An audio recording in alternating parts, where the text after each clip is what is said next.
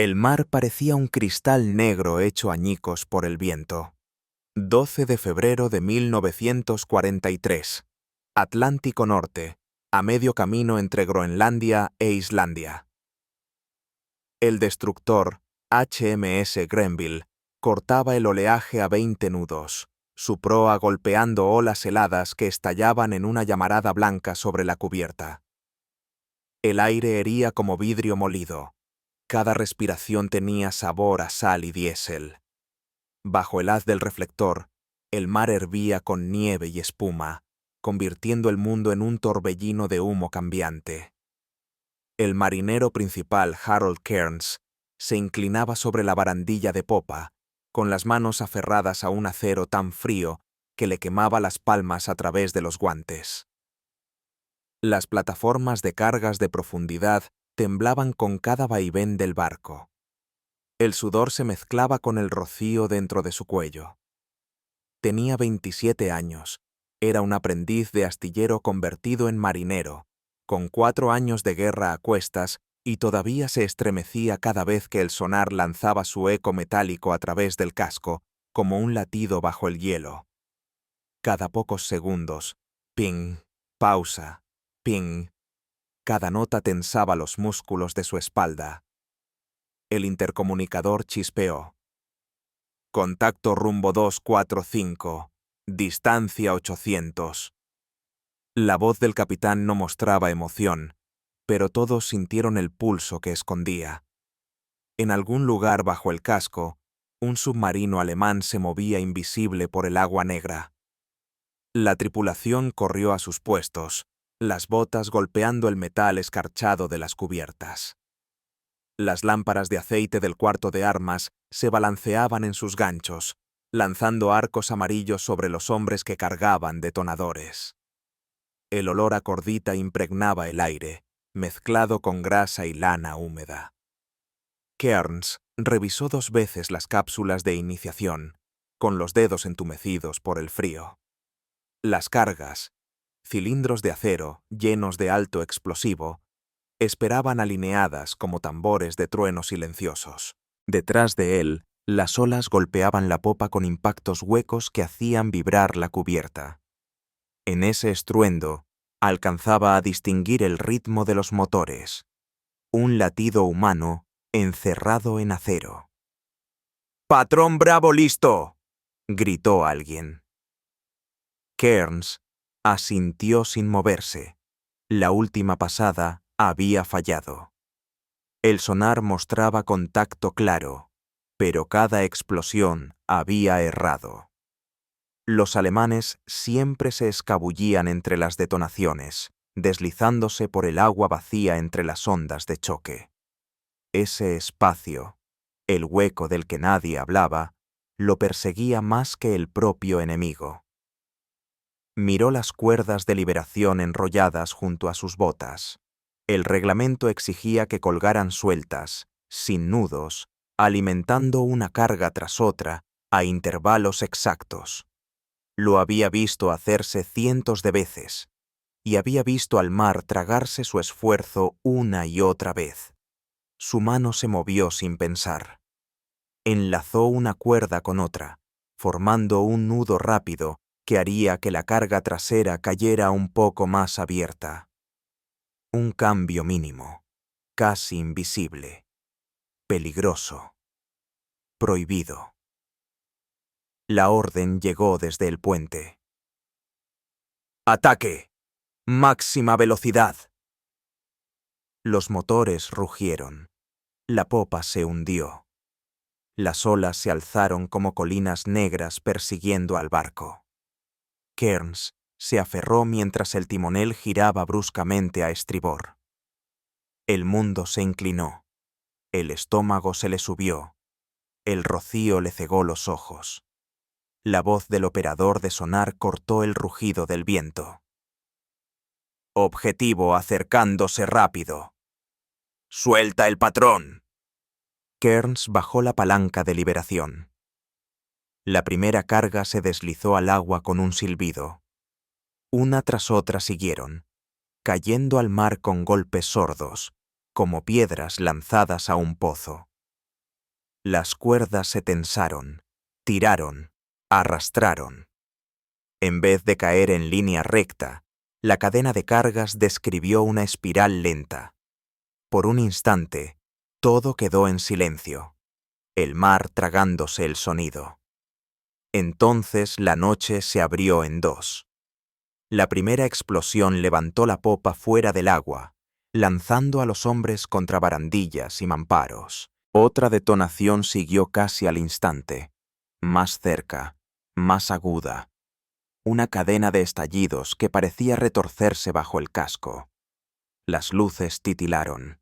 Una columna de agua se elevó en el aire, reluciendo plateada bajo el reflector, para luego desplomarse en un rugido de espuma. El sonar chilló. La voz del operador emergió entre la estática. Explosión secundaria detectada. Se está desintegrando abajo. Kearns se aferró a la barandilla, jadeando, con los oídos zumbando por la onda expansiva.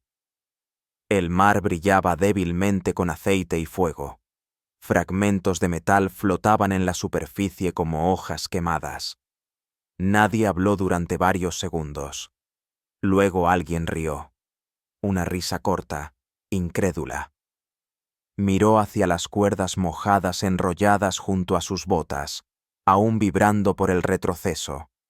Habían desviado el patrón de lanzamiento, exactamente como él había imaginado. Contra toda norma, aquella desviación había cerrado el hueco mortal.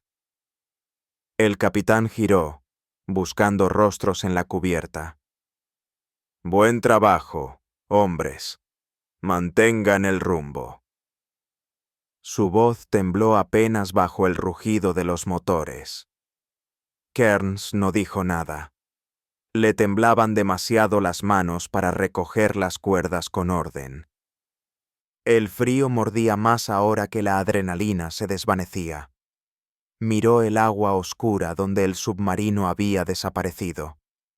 Solo quedaban burbujas, brillantes, frágiles, muriendo rápido. No sabía si alguien más había visto lo que había hecho. La tripulación estaba ocupada recargando los bastidores, los oficiales concentrados en la navegación. La noche volvió a llenarse de sonidos, viento, órdenes, pasos, pero bajo todo ello corría un murmullo distinto. Una posibilidad, una pregunta demasiado peligrosa para decirla en voz alta. Mientras el destructor regresaba hacia el convoy, Kearns se agachó para recoger las sogas empapadas y esconderlas bajo la plataforma. Las fibras temblaban en sus manos como si estuvieran vivas. Aún sentía el eco de las explosiones a través de las suelas de sus botas. En lo profundo, el océano seguía girando sobre el acero roto. Apretó el último nudo, se irguió lentamente y se limpió la sal del rostro.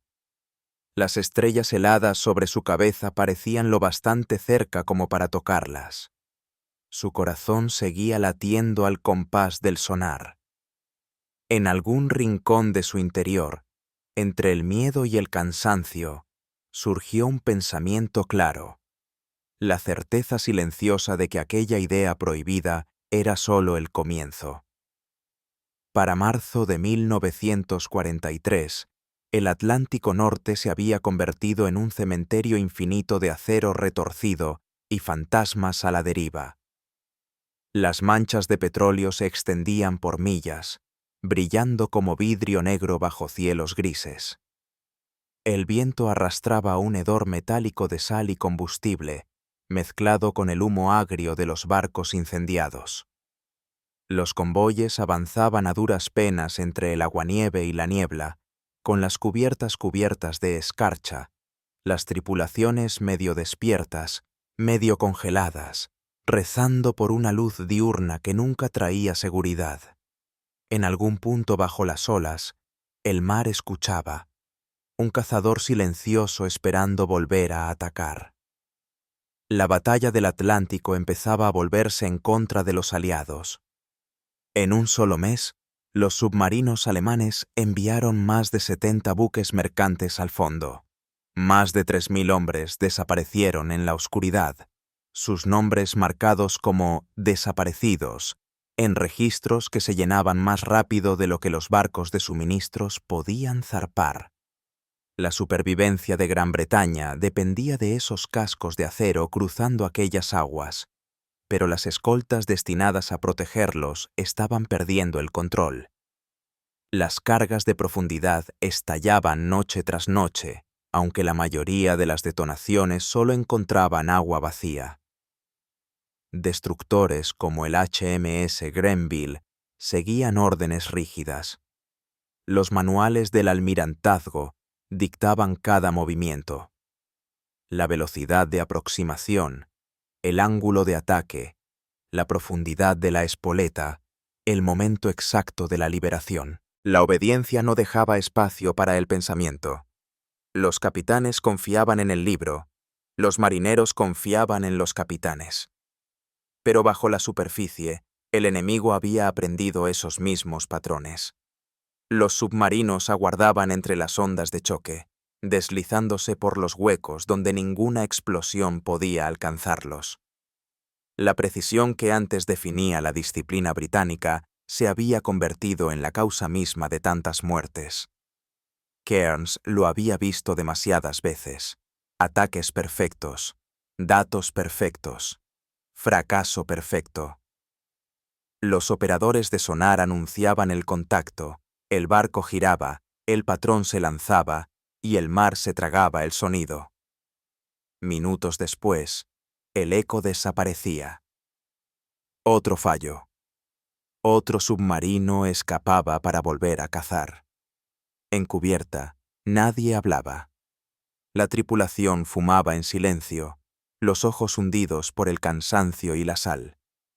Cada hombre a bordo había empezado a dudar del sistema, pero ninguno se atrevía a decirlo en voz alta. En los comedores y en las salas de máquinas, los susurros reemplazaban la esperanza. Algunos culpaban al frío, otros al equipo. La verdad era más difícil de aceptar. Sus armas eran predecibles, y la previsibilidad significaba muerte. El Atlántico Norte se había transformado en un tablero de ajedrez donde el enemigo conocía cada movimiento antes de que ocurriera. Cairns cargaba con ese pensamiento como con una herida. Recordaba los restos de los buques mercantes abiertos por los torpedos, a los sobrevivientes aferrados a los escombros, el petróleo pegado a su cabello. Uno de ellos le había dicho, con la voz desgarrada por el frío, que había visto a los destructores lanzar docenas de cargas, tan cerca que podía sentirlas. Y aún así el submarino había escapado ileso. Ese recuerdo no se borró jamás. Hacia marzo, las tormentas golpeaban con más fuerza. Las olas se alzaban más altas que los mástiles. El mar aullaba a través de cada rendija del barco. Durante una noche gélida, Cairns se encontró revisando el equipo dañado bajo las luces de popa. Allí, entre los rollos de cuerda empapada y las líneas de acero rotas, notó cómo una sección torcida de cable se tensaba de forma desigual, una hebra tirando antes que las otras, desviando el equilibrio de toda la línea. La sensación de aquella tensión encendió algo en su interior. No podía explicarlo, pero percibió una relación entre el desequilibrio y la fuerza. Un caos que funcionaba donde la precisión fallaba. Ese pensamiento lo acompañó de regreso a su litera, parpadeando en su mente como una cerilla que se niega a apagarse. Empezó a estudiar las cuerdas viejas, imaginando cómo cada una podría alterar el patrón bajo el agua. Si las cargas no caían en perfecta simetría, tal vez podrían atrapar al submarino justo en el lugar donde se creía a salvo. La idea era temeraria, peligrosa, prohibida, pero latía en su mente como un corazón bajo el ruido de los motores. En lo más profundo de su ser, Harold Kearns, comprendía que la guerra no se ganaría con órdenes ni diagramas. Se ganaría gracias a quienes se atrevieran a romperlos. La tormenta que azotó el 17 de marzo de 1943 rasgó el océano como si fuera tela. Las olas rompían sobre la cubierta del destructor, convirtiendo cada paso en una lucha por mantener el equilibrio. La lluvia caía de lado golpeando el casco metálico hasta hacerlo resonar como una campana. En el compartimento de popa, Kearns se agachaba entre los bastidores, empapado hasta los huesos, apretando pernos que se habían aflojado por los golpes de la noche. El aire olía a diésel y sal, denso hasta poder saborearlo. Fue entonces cuando lo notó. Una línea de liberación rota, colgando del bastidor, reventada durante la pasada de ataque anterior. El extremo estaba deshilachado y rígido por la sal. Lo acercó a la luz tenue y sintió la tensión torcida de la cuerda. No era mucho, apenas unos pies, pero algo en su tirón desigual captó su atención. Cada hebra se tensaba en momentos distintos, nunca en perfecta sincronía. Al sostenerla frente a la luz, comprendió lo que hasta entonces le había estado faltando. Todos los patrones reglamentarios dependían de una precisión mecánica, espaciado igual, sincronía idéntica, descenso predecible. Sin embargo, debajo del agua, nada permanecía perfecto. La presión, la corriente y la velocidad convertían todo en caos. Si el océano deformaba las cargas de todos modos, ¿por qué no convertir esa deformación en algo intencional? ¿Y si las detonaciones superpuestas pudieran atrapar al submarino dentro de una jaula de presión antes de que encontrara el hueco por donde escapar? Aquella noche, Kearns pasó garabateando diagramas toscos sobre un trozo de carta náutica. Su idea era simple y a la vez loca. Atar las cargas entre sí, usando intervalos cortos de cuerda que las obligaran a abrirse en abanico en lugar de caer rectas. Rompería la formación, desafiaría las calibraciones y le arruinaría la carrera si alguien lo descubriese. Aún así no podía dejarla. Cada nudo que imaginaba lo empujaba más profundo hacia la obsesión. Trabajó en silencio cuando los demás dormían, escondiendo sus experimentos bajo lonas y cajas de almacenamiento. Con cuerda de repuesto del armario de control de daños, montó pequeños modelos de prueba, midiendo longitudes al tacto y contando los segundos entre la tensión y la liberación. Las fibras eran ásperas y pegajosas por el alquitrán, quemándole las palmas mientras las tensaba. Aprendió a crear arcos en vez de líneas, patrones que curvaban como olas que convergen desde diferentes direcciones. El carpintero del barco lo sorprendió una vez arrodillado junto a un bastidor a medianoche.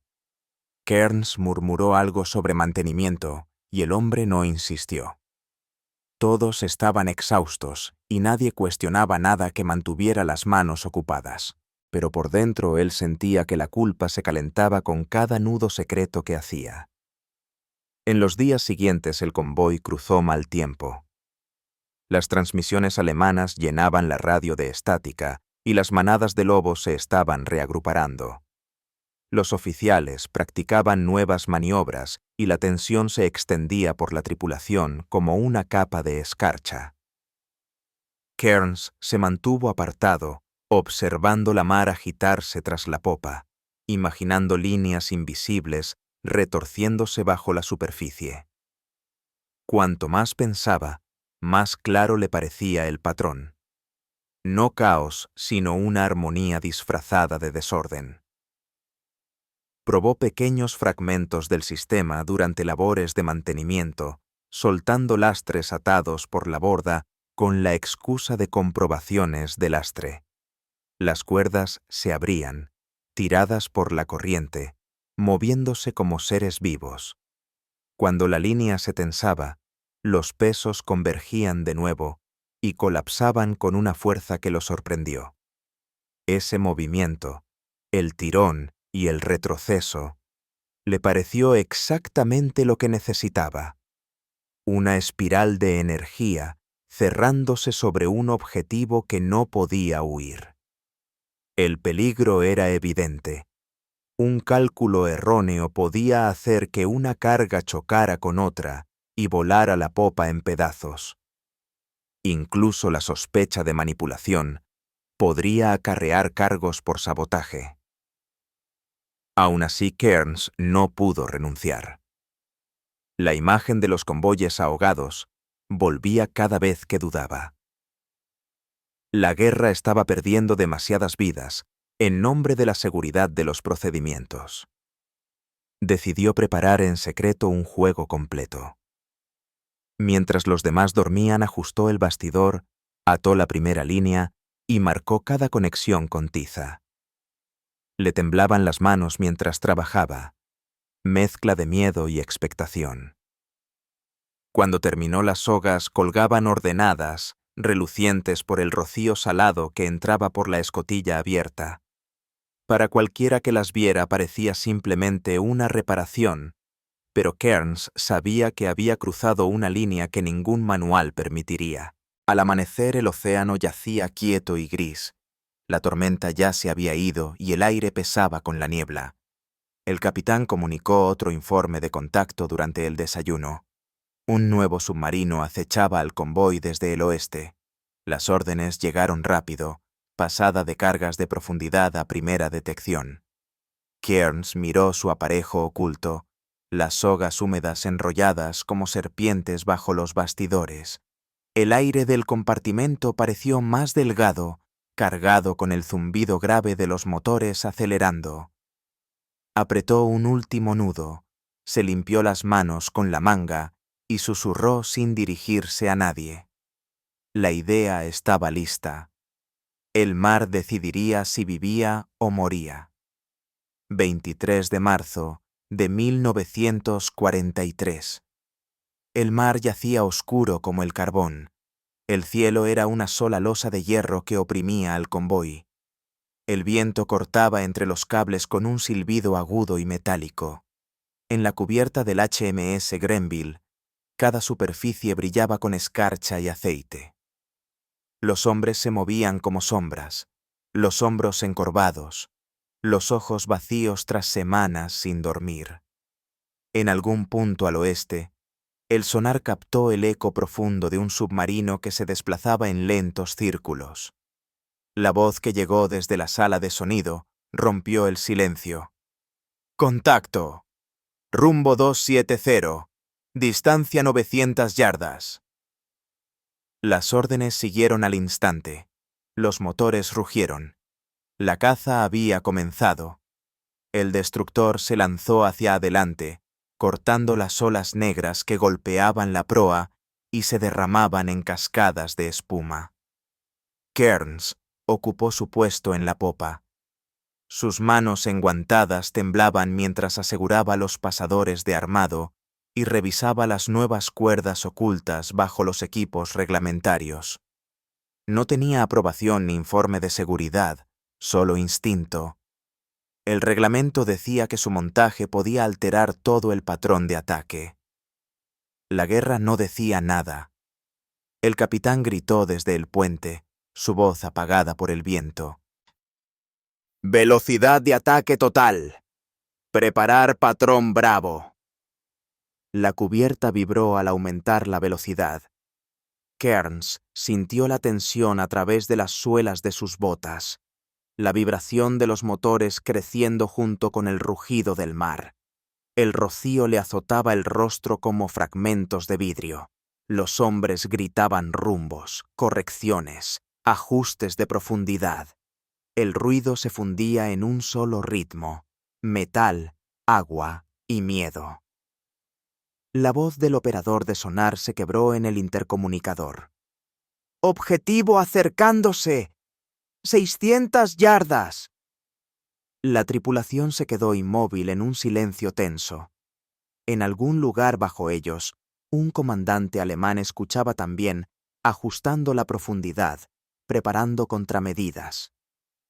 Todos sabían lo que significaba fallar.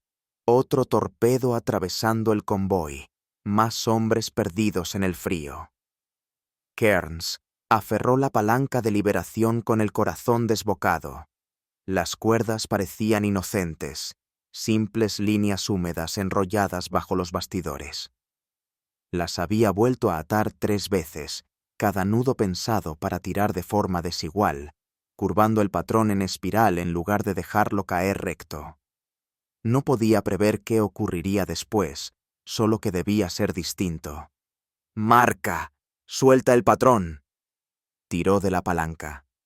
La primera carga rodó libre, luego otra, cada una deslizándose en el rugiente rastro de espuma.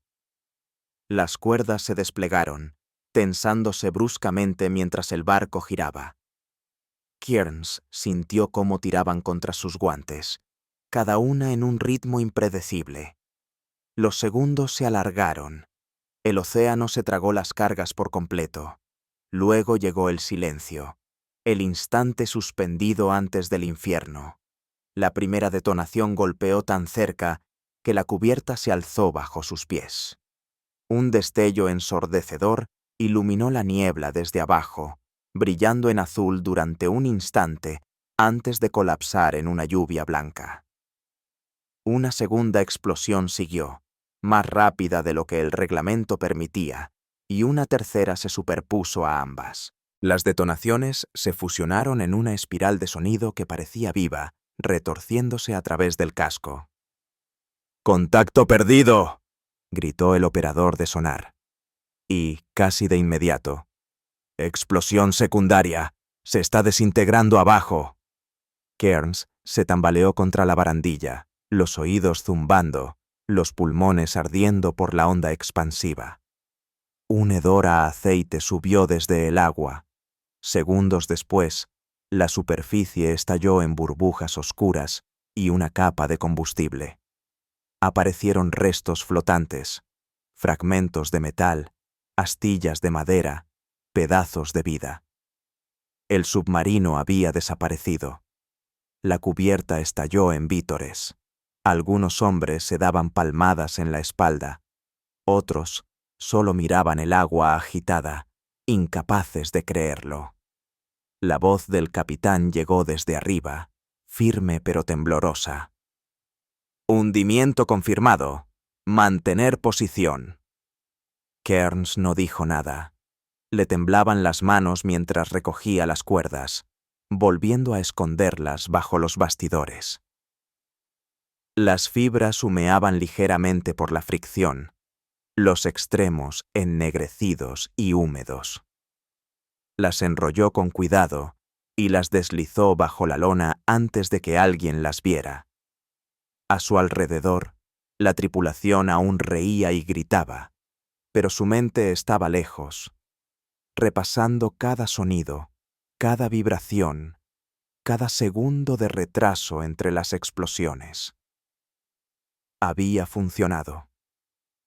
Contra las reglas, contra la lógica, contra todo lo que le habían enseñado, había funcionado. Miró la espuma que aún brillaba débilmente bajo el reflector y sintió el peso del momento asentarse en su pecho. El hundimiento se registraría en el diario como un éxito rutinario, nada más. Pero en el fondo sabía qué había hundido realmente aquel submarino. No las órdenes, no la suerte. Un puñado de cuerda y un hombre demasiado cansado del fracaso como para seguir obedeciendo. El viento cambió, arrastrando el olor del aceite quemado sobre la cubierta. Se mezcló con el frío y el sabor a sal hasta que el aire mismo pareció más denso. Kearns miró hacia el horizonte oscuro, donde las luces del convoy parpadeaban como brasas lejanas. La noche estaba lejos de terminar, y la guerra también. Pero por primera vez, el océano le había respondido. En pocos días, la victoria del Grenville viajó más rápido que el propio convoy. La noticia pasó de cubierta en cubierta, de barco en barco, como un secreto demasiado pesado para guardarlo. Nadie mencionó el nombre de Cairns, pero los marineros hablaban de un nuevo truco, una manera extraña de atar las cuerdas que hacía que las explosiones se plegaran unas sobre otras en lugar de dispersarse. Lo llamaban el rizo o la torsión. Los oficiales lo descartaban como simple rumor, pero los informes empezaron a mostrar el mismo patrón. Los destructores que usaban intervalos improvisados conseguían más hundimientos que antes. Para abril, los susurros habían llegado a Halifax. Los mecánicos allí empezaron a modificar los bastidores entre patrullas, cortando sogas de viejas líneas de amarre y probando longitudes a mano. Los cambios eran mínimos, no oficiales, pero los resultados resultaban imposibles de ignorar. Convoyes que antes perdían 5 barcos, ahora perdían solo 2. El aire sobre los muelles olía a alquitrán y metal quemado mientras las tripulaciones trabajaban sin dormir, fingiendo seguir los manuales mientras en silencio los reinventaban. Cairns jamás habló de su papel. Mantenía la cabeza baja, puliendo el latón y revisando espoletas como cualquier otro. Pero cada vez que oía los vítores en la sala del sonar, tras un nuevo hundimiento confirmado, algo dentro de él se tensaba, una mezcla de orgullo y miedo. La idea se le había escapado, ya no era solo suya. Vivía en las manos de desconocidos que apenas la comprendían, hombres que quizá la llevarían demasiado lejos y harían estallar sus propios barcos. Cuando los inspectores del almirantazgo subieron a bordo en mayo, los bastidores del Grenville estaban impecables, las sogas escondidas bajo el equipo reglamentario. Los oficiales saludaron, los hombres se mantuvieron firmes y nadie mencionó las modificaciones. Pero los inspectores no pudieron ignorar las cifras. Las tasas de hundimiento en todo el Atlántico Norte se habían duplicado. Pidieron explicaciones, no obtuvieron ninguna. Los informes oficiales atribuyeron los resultados a una mejor disciplina en el uso del sonar, como si la precisión pudiera justificar el caos repentino que destrozaba las formaciones de submarinos. En Scapa Flow, los obreros del astillero comenzaron a copiar lo que habían visto. Construyeron nuevos bastidores de lanzamiento que permitían una dispersión flexible. Experimentales, no aprobados, pero eficaces. Los primeros prototipos aparecieron sin documentación, marcados solo con números de tiza y apodos garabateados por ingenieros aburridos. Uno los llamó separadores de cuerda, otro, simplemente, líneas Cairns. La guerra avanzaba ahora con mayor rapidez. Los convoyes se adentraban más en aguas enemigas, envalentonados por aquel giro repentino de fortuna. El océano, antes dominio de los submarinos, empezaba a cambiar. Las manadas de lobos se volvieron cautelosas. Las interceptaciones de radio captaban fragmentos de pánico. Comandantes alemanes advirtiendo de nuevas armas inglesas que detonaban demasiado cerca para esquivarlas. Cairns leyó uno de esos informes semanas después, pasado discretamente entre la tripulación. No sintió triunfo, sino desasosiego. Lo que había empezado como un acto de rebeldía se había convertido en una doctrina sin nombre ni crédito. El sistema que antes castigaba las ideas ahora se sustentaba sobre la suya. Una tarde, se quedó de pie en la popa, observando el mar rodar plateado bajo el sol poniente. Las cuerdas colgaban quietas en sus bastidores, relucientes con la bruma. A su alrededor, la tripulación reía, fumaba y esperaba la próxima señal de zarpe. Ninguno sabía de quién habían sido las manos que ataron el primer nudo que cambió la guerra. 29 de abril de 1943. El Atlántico Norte hervía en llamas. El convoy ONS-E5. 40 barcos mercantes rumbo a Halifax.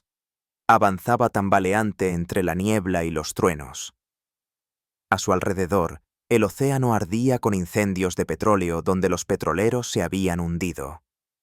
Las olas golpeaban con el peso de la piedra. La lluvia caía de lado, atravesando el humo y la bruma hasta fundir el mar y el cielo en una sola tormenta interminable. El HMS Grenville encabezaba la pantalla de escolta, su casco temblando bajo la tensión. Cada eco del sonar sonaba como un latido. Los operadores gritaban números, rumbos, distancias. Había submarinos por todos lados. La manada de lobos había llegado. Los torpedos impactaban desde ángulos invisibles, levantando columnas de agua que empapaban la cubierta. Los hombres se aferraban a las barandillas, medio ciegos por el rocío y el agotamiento. La voz del capitán retumbó por el intercomunicador. «¡Prepárense para ataque! 2 contactos justo al frente». Los motores aullaron mientras el destructor se lanzaba contra el oleaje. Las cargas de profundidad rodaron a sus posiciones, sus carcasas negras brillando bajo la lluvia. Kearns revisó cada pasador personalmente, con los guantes rígidos por la sal y el miedo. Había vuelto a atar las cuerdas horas antes, ajustando los ángulos, forzando el sistema hasta su límite. Una sola caída mal calculada podía hacer volar la popa, pero dudar significaba morir. El primer eco del sonar desapareció, reemplazado por otro justo bajo el casco.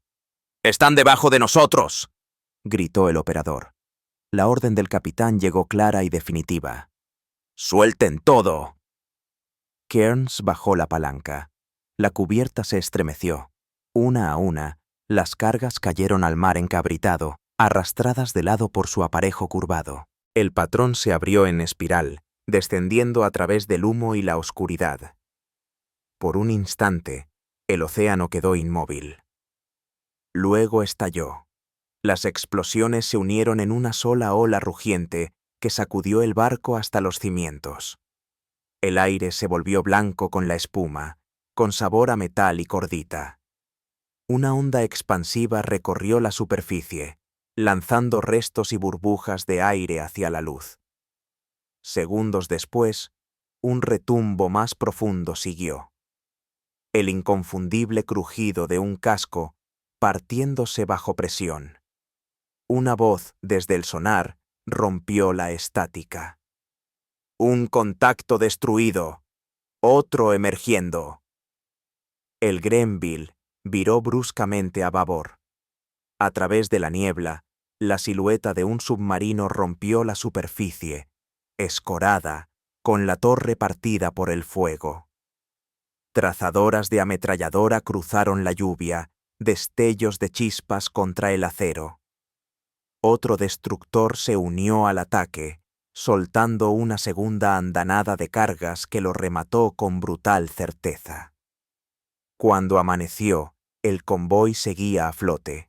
Docenas de submarinos habían huido o sido destruidos.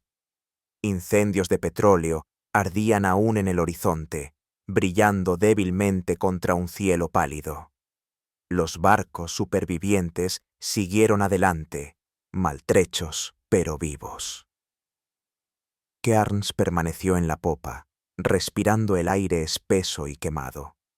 Tenía la ropa empapada, los oídos aún zumbándole. A su alrededor, los hombres reían incrédulos. Habían sobrevivido al mayor ataque de submarinos de toda la guerra. Nadie sabía cuántos habían muerto aquella noche, solo que algo había cambiado. Los nuevos patrones del Grenville se volvieron leyenda antes de llegar siquiera al puerto. Los marineros susurraban que sus cargas caían en círculos, persiguiendo a los submarinos dondequiera que se ocultaran. El almirantazgo lo llamó suerte, aunque sus informes secretos contaban otra historia. El método de un marinero sin nombre que había duplicado la tasa de hundimientos en una sola noche. Por primera vez en años, el Atlántico ya no pertenecía al enemigo. Cuando el Grenville regresó a Portsmouth, trajo consigo silencio en lugar de celebración. Su casco estaba cubierto de marcas de quemaduras, los pasamanos torcidos por los golpes del mar, pero sus cubiertas seguían llenas de vida. Cada hombre a bordo había sobrevivido al convoy que nadie esperaba volver a ver. Sin embargo, los vítores se apagaron pronto cuando comenzaron las investigaciones oficiales. Los oficiales subieron con carpetas y preguntas. Querían cifras, profundidades de espoleta, ángulos de aproximación, todo lo que pudiera ordenarse dentro de un informe. Cairns los observó inspeccionar los bastidores, con las botas relucientes resbalando sobre el aceite. Uno de ellos se detuvo cerca de las cuerdas que él había reemplazado, ahora cortadas y desechadas. Su corazón latió con fuerza cuando el hombre frunció el ceño y siguió adelante. Nadie dijo nada, pero Cairns sintió el frío de la sospecha. Una semana después, fue citado en la oficina de ingeniería naval. El pequeño cuarto gris olía a tinta y uniformes húmedos.